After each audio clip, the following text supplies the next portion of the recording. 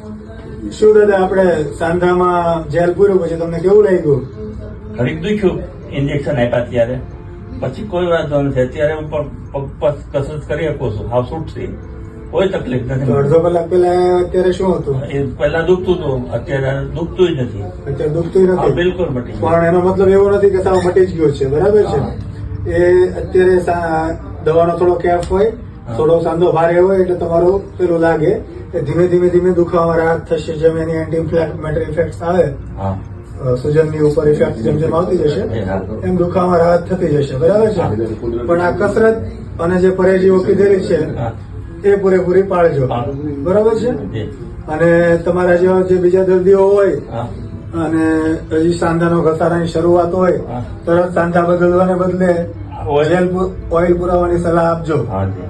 જેથી કરીને ઓલા લોખંડના હાંડા નો ન નાખવા. ખાવાનું. અને કુદરતી આપણા છે એ રહી કુદરતી જાય. સાંધા છે રાખવાના છે. હા. તો આ મને ભાઈ નથી અત્યારે સાહેબ.